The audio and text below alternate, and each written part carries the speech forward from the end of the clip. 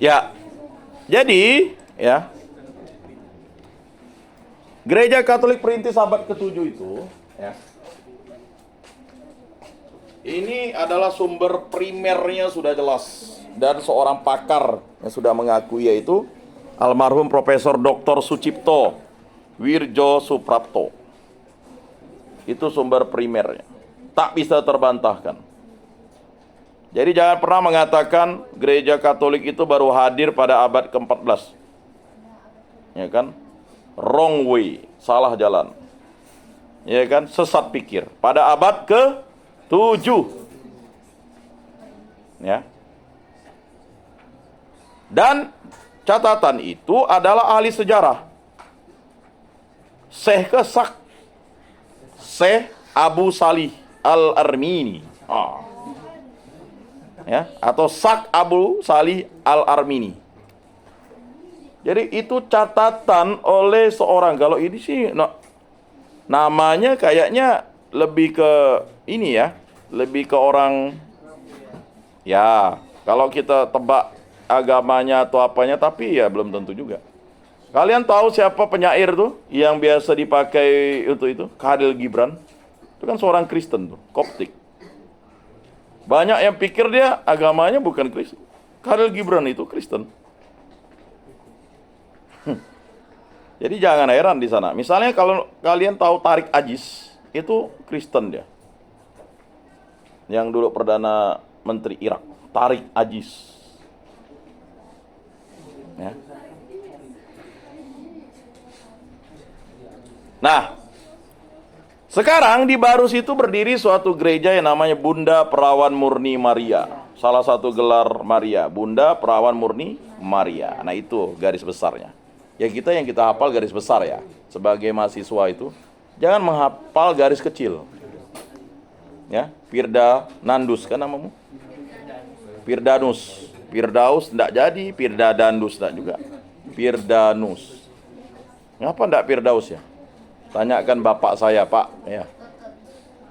Baptis apa? Baptismu? Loh? Ah? Nama baptis?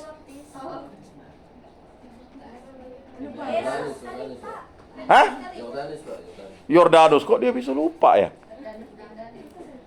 Nama krismamu apa? Yosef. Yordanus, Yosef, Firdanus, Oton. Itu nama panggilan. Oh, nama panggilan. Kok jauh benar? Namamu dari mana ya? Ini bahaya dia nih. Yang dicari-cari orang nih kali ya. Ini dicari-cari orang. Dia menyamarkan namanya. Namanya dia bisa lupa baptis. Minta ampun lah. Kau tahu enggak nanti kalau waktu kamu menerima sakramen perkawinan, nama baptismu tuh yang disebut. Nama baptisnya lupa, kata pastor. Lupa. Apakah kamu? Ya, Santo lupa deh. Santo lupa. Ya, jangan sampai lupa ya. Jadi kalau cewek-cewek Katolik, kalau sampai dia enggak ingat nama baptisnya, jangan kawini dia. Nama baptisnya lupa, apalagi nanti dengan istrinya ya. Ya, gereja Katolik awal mula ya, abad ke-14. Jangan salah ya, di Timur Tengah itu nama itu banyak dipakai, tapi tidak hanya beragama yang satu ya. Bisa beragama lain juga. Ya, di abad ke-14-15 terdapat kesaksian akan adanya umat Katolik di Sumatera Selatan. Jangan bilang di Ternate saja, di Sumatera Selatan. Catatan sejarahnya jelas. Sumsel. Ya. Jadi bahwa telah ada umat Katolik di sana, tetapi itulah tadi, mungkin hanya di beberapa kampung. Cuman terkadang itu kan dihilangkan sejarahnya. Ya. Kemudian di abad ke-16 barulah agama Katolik masuk Indonesia seiring dengan kedatangan bangsa Portugis dan Spanyol yang berdagang rempah-rempah di Maluku. Jadi jangan ngawur. Tadi ngawur dibilang 14 Franciscus Saperius, Pak. pede aja lagi ngawurnya tuh. Sejarah diaur-aur kan. Ya kan? Nah, 14 sampai 15 ya terdapat kesaksian akan adanya umat Katolik di Sumatera Selatan. Silakan nanti cari di Kuskupan Palembang tuh. Ya. Oh, tempat itu IED. Ya, kemudian abad ke-16 sudah jelas karena benteng yang tempat saya injakkan kaki di situ, itulah kedatangan ya. Di sebelahnya ada gereja tua namanya. Nanti kalau ke Ambon pergi, masih ada ya gereja tuanya itu. Ya. Oh, ada acara. Ya. Nah, jadi saya sudah menginjakkan kaki di gereja tua itu. Gereja tua itu dari gereja Katolik, dia berubah menjadi gereja Protestan. Setelah itu tidak ada lagi umatnya di situ. Karena umatnya sudah tidak ada, tapi luar biasa di situ dijaga oleh keturunan-keturunan yang dulu beragama Katolik dan beragama Protestan itu. Penjaganya sudah beragama Islam, ya enggak apa-apa. Karena memang mungkin tidak ada misionaris lagi di situ. Di dalam kubur itu, di gereja itu ada misionaris ya dikubur di dalam dan ada yang di ini ya tempat wisata lah. Dulu pernah mau dibakar waktu kerusuhan Ambon tapi apinya enggak bisa menyala. Ya. Dan itu ada benteng Portugis tidak jauh sekitar mungkin ya 800 meter dari situ ada gerejanya. Ya. Ya puji Tuhan saya udah ke sana. Nanti kalau untuk belajar itu ya syukurlah saya sudah ke sana sebagai saksi bahwa memang gereja itu ada. Nah, bersamaan dengan para pedagang masuknya imam misionaris Katolik, salah satunya ya. Jadi jangan kalian bilang hanya Fransiskus Xaverius, salah satunya adalah Santo Fransiskus Xaverius. Catatannya adalah 1546 sampai 1547. Ya, hampir 1 tahun, mungkin dia berkisar Juni ketika ya, nanti dia kan kalau udah datang ke sini, dia nunggu apalagi angin laut lagi ya, karena dulu itu kan orang pakai dayung dan layar. Ya. Yang mengunjungi Ambon, Saparua dan Ternate. Ada 3 tempat. Ambon, Saparua dan Ternate. Ya. Di mana itu Saparua? Saparua di mana? Buka itu Google Map-nya. Aduh. Kalau Ambon itu kan jelas di Provinsi Maluku. Ya kan? Provinsi Maluku, ibu kotanya Ambon. Kota itu kota musik dunia ya Ambon ya. Di mana Saparua? Udah. Maluku. Nah. Maluku mana Saparua? Maluku Tengah. Dan Ternate Maluku? Maluku Utara. Aduh. Udah jelas ya Saparua? Nanti orang bilang Saparua lalu Papua pula gara-gara ada rua-ruanya. Bukan, Saparua itu adalah Maluku Tengah. Ini yang mana betul nih? Kalau Ternate? Maluku Utara. Malut kan? Kalau Ambon? Ya Maluku. Di mana Malumu? Ya enggak ada lah. Yang ada Maluku. Itu pulau. Ya, itu jelas ya. Catatan sejarahnya sudah jelas bahwa ya Sumatera Selatan abad 14-15, kemudian abad 16 ya. Itu ya. Jadi pedagang bangsa Portugis ya. Ya, kalian buat matriknya seperti inilah ya. Kalau menjawab tuh jangan ngarang-ngarang. Pada waktu itu Pak, ya kan menurut kisahnya Al-Kisah. Ada tahunnya yang jelas sehingga nilainya bagus. Ini bagaimana lah tahunnya ndak ada, ngarang-ngarang. Gereja era POC gini Pak. Aduh. Ya. Ya udah saya kasih ininya ya. Berikutnya ya. Barulah jelas 1546 sampai 1547 Di Ambon, Saparua, dan Ternate. 3 daerah itu. Jangan salah tuh, jangan ndak apal tuh. Ya. Nah, apa yang dilakukan salah satu misionaris ini, Santo Franciscus Xaverius? Mengunjungi, melawat. Berarti di Ambon, Saparua, dan Ternate itu sudah ada umat Katolik. Tetapi pastornya tidak bisa kembali lagi ke tanahnya, lalu meninggal di situ, lalu tidak ada yang bisa mengkonsekrat ya tubuh dan darah Kristus. Ingat ya, kalau misalnya ini pengetahuan saja, tiba-tiba pastornya itu pingsan pada saat ini doa syukur agung, lalu pada saat mau mengkonsekrat, apa yang dilakukan kalian?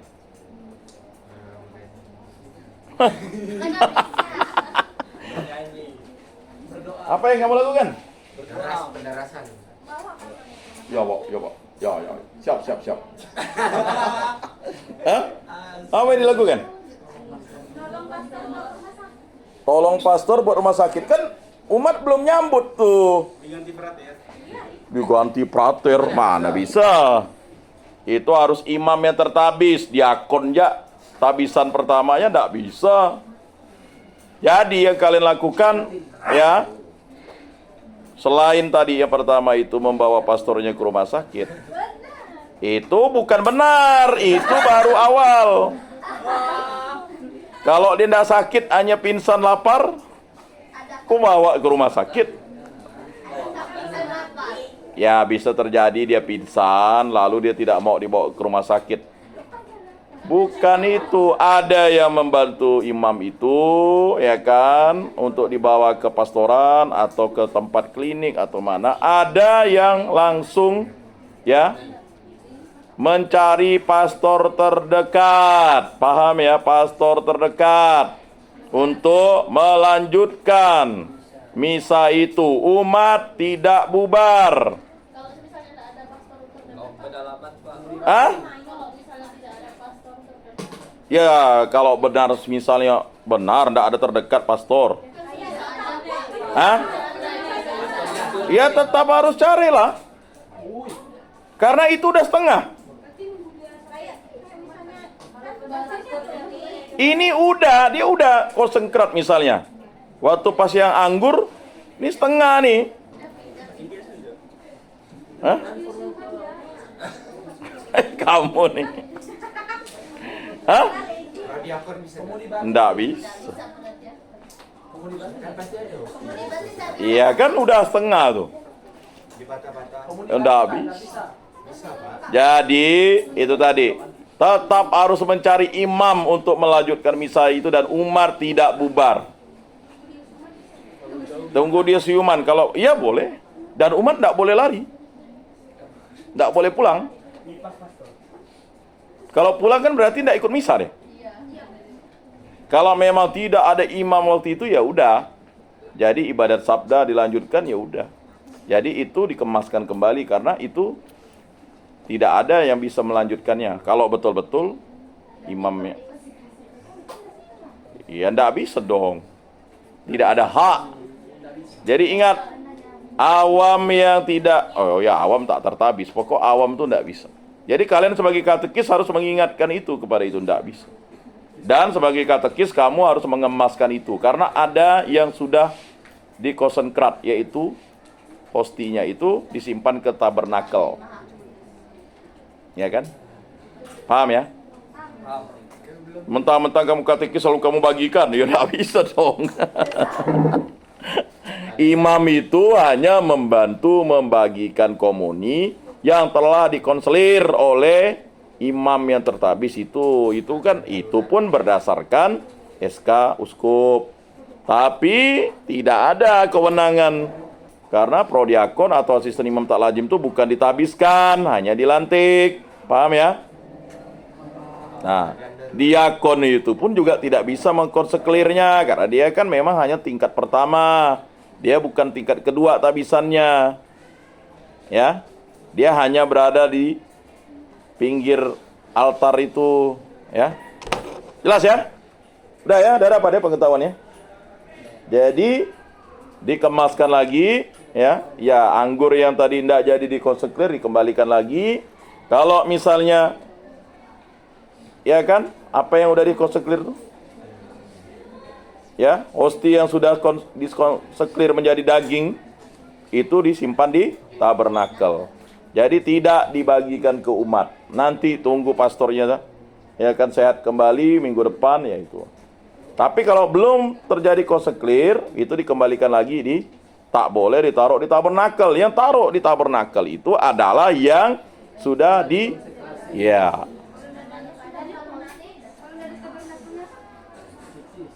Nggak ada tabernakel, kan ada piksisnya.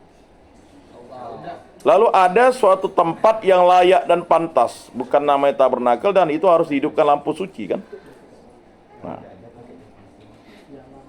Ya kalau enggak dikembalikan lagi ke tas pastor itu, kan? Nah. Dan diberitahukan lagi misalnya bahwa ini sudah nah dia hanya setengah gitu. Jadi pas udah dia ngangkat itu, udah kan kita ini, tiba-tiba pas mau ngangkat piala dia pingsan. Kan pasti harus paham ya. Jadi tidak ada, jadi pernah kami waktu di Siantan dulu, pastornya pingsan. Jadi ya nunggu 1 jam cari pastor terdekat. Untuk ya umatnya nunggu. Katekis ya lalu ngomong, umat mohon menunggu dan sabar dan terus berdoa. Ya terserahlah berdoa pribadi atau dipimpin dengan doa itu.